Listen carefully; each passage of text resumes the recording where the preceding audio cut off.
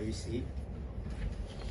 我哋講咗好多關於烏克蘭俄烏嘅衝突啦，但係咧就未有咁詳細講呢一個即係烏克蘭點解搞到今時今日打4年仗都未收到科咧？咁我哋喺今日第一段嘅講座咧，就主要講下佢嘅血淚史係點樣嚟，同埋俄烏嘅戰爭咧，到而家咧嗰個戰況係點樣，同埋佢呢4年咧係俾咗其他國家上咗一堂咩課啊？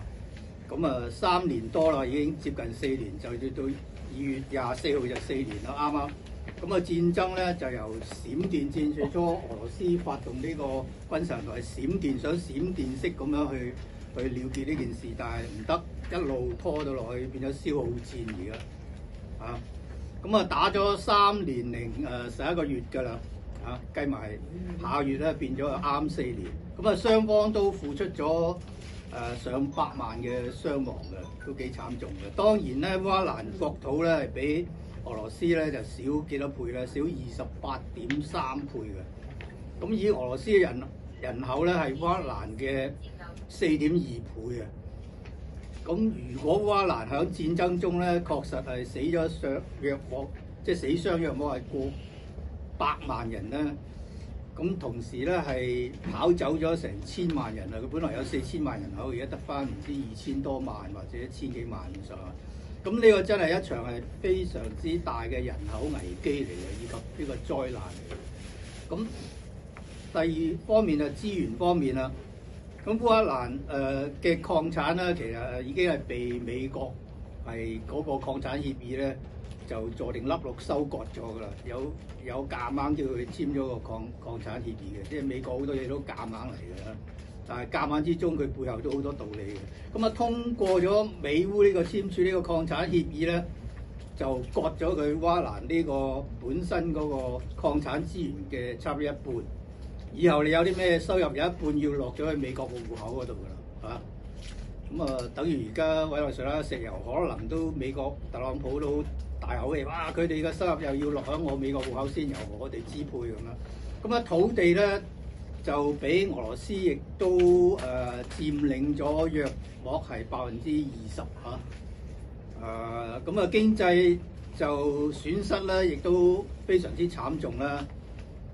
佢欠債咧，至到目前粗略計算咧，有成5000多億嘅美元嘅欠債烏克蘭嚇。結果咧就去年12月14日啦，澤連斯基咧就確實表示咧，響美歐唔再積極支持烏克蘭對抗俄羅斯咧，亦都唔表態容許烏克蘭入呢個北約啦。佢話對烏克蘭咧抵抗俄羅斯咧，就係嚟講咧係一個非常之殘酷嘅現實啊！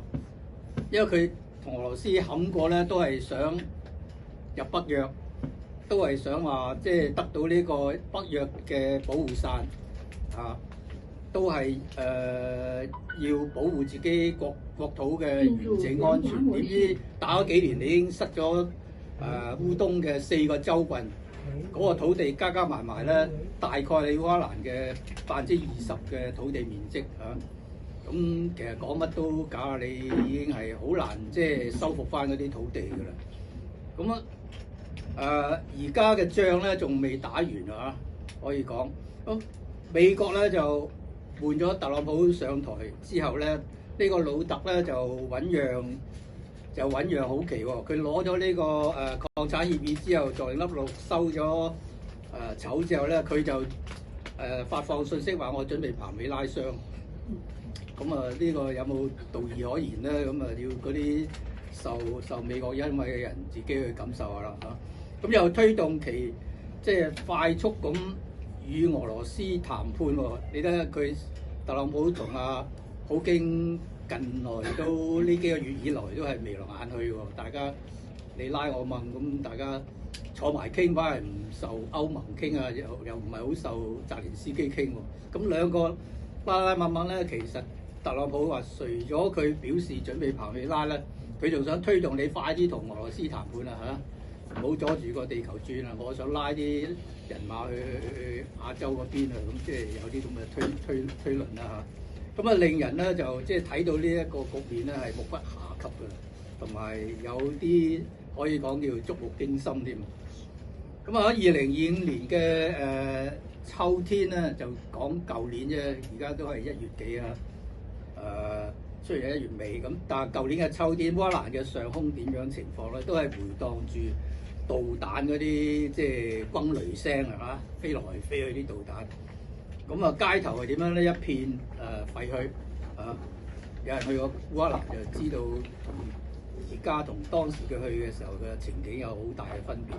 咁啲田野咧就到處都係嗰啲坑啊！啲所謂即係強烈嘅炸彈炸落嚟嗰啲，留低嗰啲坑啊咁樣。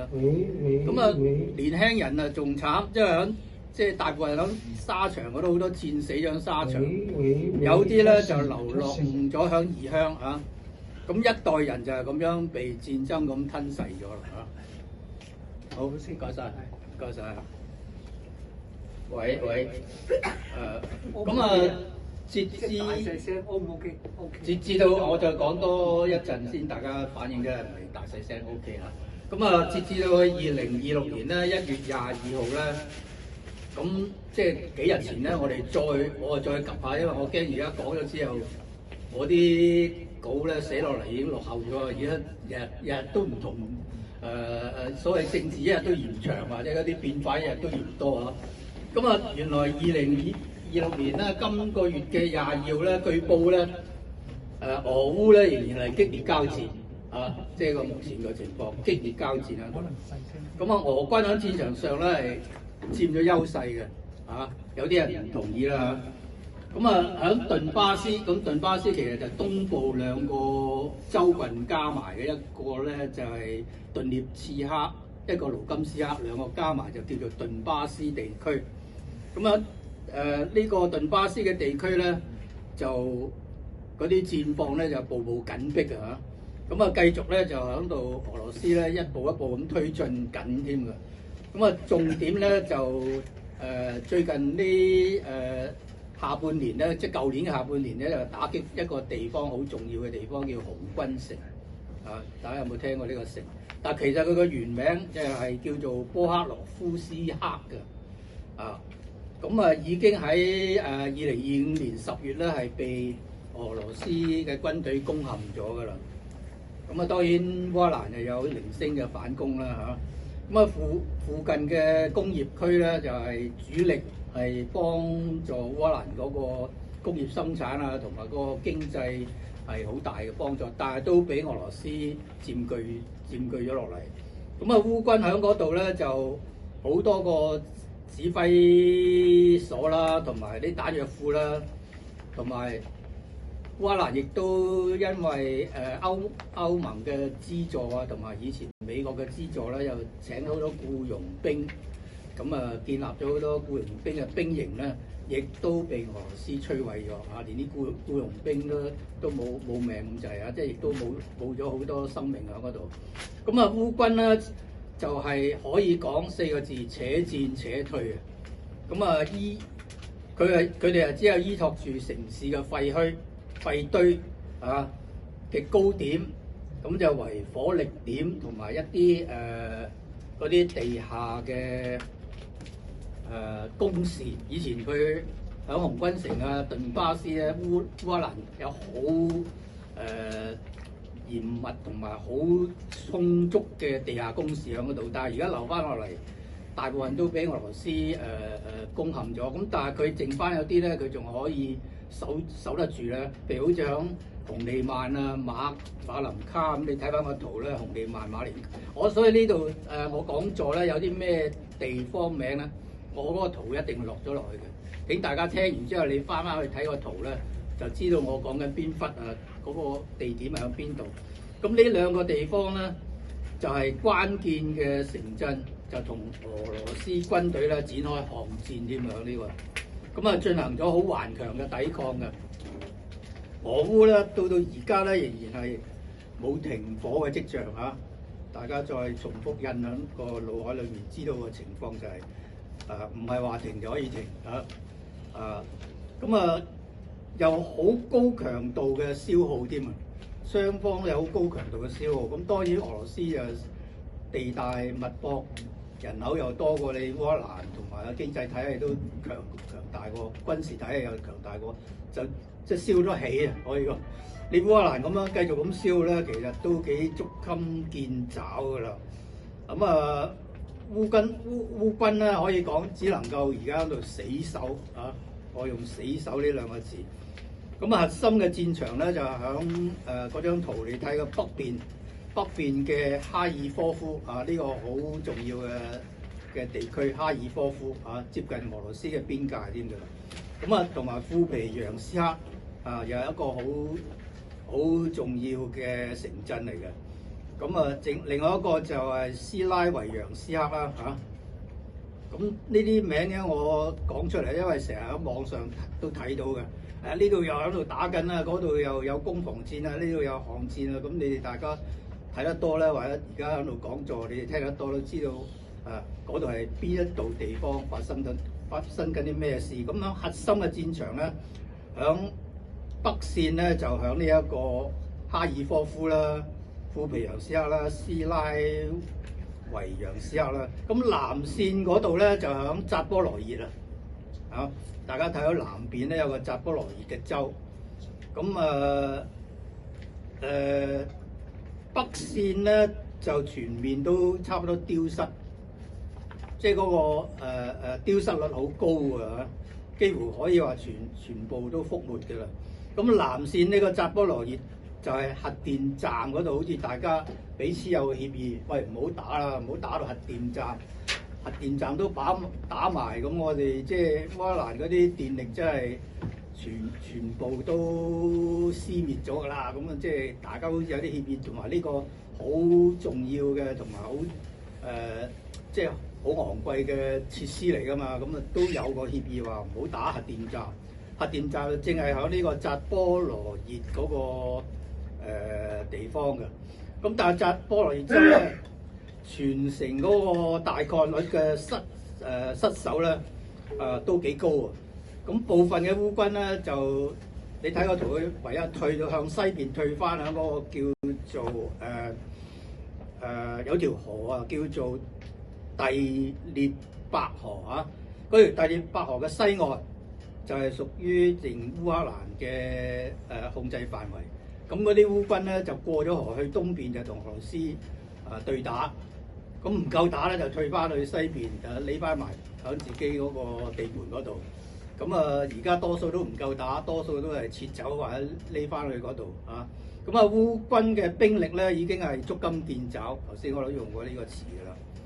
咁防線缺口咧就好難補啊！佢哋咧嗰個人員嗰個補充咧好有限，佢啲壯丁都拉得七七八八啦。連老弱殘兵都要拉埋去㗎啦，咁西方嘅援烏嘅信心亦都冇近時咁強啦。哇！你打拖4年喎，我都好似長貧難顧喎咁樣，仲唔知你有冇錢還啊？特朗普話夠僵啊，佢一下立咗佢一半嘅礦產啊，嗰度當嚟還債，你欠我哋5000萬億嘅美元啊，呢個戰爭債咁樣啊，但係歐盟嗰邊咧就話：我如果再繼續咁樣援助你烏克蘭，唔知幾時還得清啲債，同埋有冇得還？所以援烏嘅意見咧，響歐洲嚟講咧，歐盟嗰啲國家內部咧都好意見分歧嘅。至今咧，俄羅斯嘅談判籌碼咧就因此係暴增，可以講停火咧係屬於遙遙無期嘅。咁上述嘅近期俄烏衝突嘅形勢咧，就呈現一種咧，即係我哋可以講叫風水輪流轉啊嘅趨勢啊。俄羅斯響初咧就好似又俾人制裁啊，又好似啲武裝力量又唔夠歐盟嗰邊嗰啲北約嗰啲武器嘅犀利啊咁。但係而家唔係啦，俄羅斯喺戰場上咧就唔再咁急想結束戰爭添啊！即係乘勝追擊啊！佢話而且係可以繼續向西推進啊！因為佢初照而家呢幾年咧，大部分嘅集中嘅戰況咧都響東邊噶嘛，同埋南邊啊嘛。亦都有部分係東北邊。咁啊西邊而家佢話我都打得興起，我想慢慢向西推進啊！咁啊尋求更多啲乜嘢咧戰略嘅利益嚇。咁當我哋深入去一啲嚟到探討咧，就可以認識清楚咧，俄烏衝突咧並非係簡單呢個雙邊衝突嘅，其背後咧就係涉及咩北約、歐盟、美國咁多方面嘅國際勢力嘅博弈嚇，所以係好複雜嘅，係唔係咁輕易坐低傾得埋嘅？咁以美國為首嘅北約國家咧，一直都試圖咧就引領烏克蘭加入呢個佢嘅陣營啦嚇，就係咁先，俄羅斯先即係過撈嘢啫嚇。咁你已經東擴到差唔多去我門口㗎啦，咁你仲要立埋烏克蘭想入埋你嘅陣營，咁即係等我後欄都起火咁滯嚇。咁做佢哋嘅即係入咗佢陣營烏克蘭，梗係唯有做佢哋嘅代理人啦嚇，即係打手啦，嚟到制衡咩？制衡俄羅斯啊！所以俄羅斯亦都係美西歐嘅一個即係戰略嘅敵對嘅一員啊！即係好似中國咁，佢亦都定咗中國係戰略嘅一個敵人嚟㗎啦。咁歐洲嗰邊就以俄羅斯係佢哋嘅戰略敵人，所以一路東擴去到烏克蘭咧，仲想立埋烏克蘭咧做埋佢哋嘅代理人打手啊！咁以消耗咧俄羅斯軍事嘅力量，同埋咧去令佢哋整體嘅國力咧係倒退啊！咁呢一種嘅戰略意圖咧，令到呢個衝突咧係充滿咗複雜性同埋長期性嘅。咁俄羅斯當然咧就唔會坐以待斃啦！你咁樣嚟到去東擴嚟到向住我哋嚟到去對付。咁面對北約呢啲步步緊逼咧，俄羅斯咧就展現出好強大嘅戰略嘅定力添，同埋反擊嘅能力。咁烏克蘭嘅軍隊咧一度咧就攻入咗俄羅斯嘅腹地添啊！佢內部有時好多地方失守嘅，唔係啊！我而家淨打入你俄羅斯嘅腹地啊！咁包括即係地圖嗰度有顯示一個地方就係俄羅斯接壤烏克蘭嘅一個庫爾斯克啦，嗰個俄羅斯嘅一個邊界嘅地方啦，仲有一個叫別爾哥羅德咁呢啲地方啦，就俾俄羅斯咧造成咗好多損失嘅，其實都咁包括呢個北溪天然氣嘅氣管咧。佢美西方北約啊，同埋呢個烏克蘭都唔客氣啊，將呢啲天然氣管都係俄羅斯運輸嗰啲天然氣過歐洲嚟到去賺取經濟㗎嘛。咁佢淨破壞咗呢個北溪嘅氣管嚇嚟破壞嚇。咁另外成日都聽到新聞咧，就話去打佢俄羅斯嗰個克里米亞大橋啊！成日都話嗰度又炸冧咗個橋墩啦，又話即係斷咗橋啦，咁又好耐先修補得到啊！咁以及咧，亦都有派軍事嘅襲擊咧，去對付呢個黑海艦隊，因為俄羅斯最主力喺歐洲嗰個艦隊就係黑海艦隊嚇。咁嚟到襲擊，令到俄羅斯嗰個軍事啊同埋各方面嘅損失都幾大啊！咁就克里米亞呢個大橋被炸咧，就係加埋呢個黑海艦隊嘅受襲擊咧，就係主要目的咧都想係去攻陷呢個克里米亞，想收翻嚟歸翻俾烏克蘭嘅。咁但係呢一啲咧並冇擊垮咗俄羅斯嘅意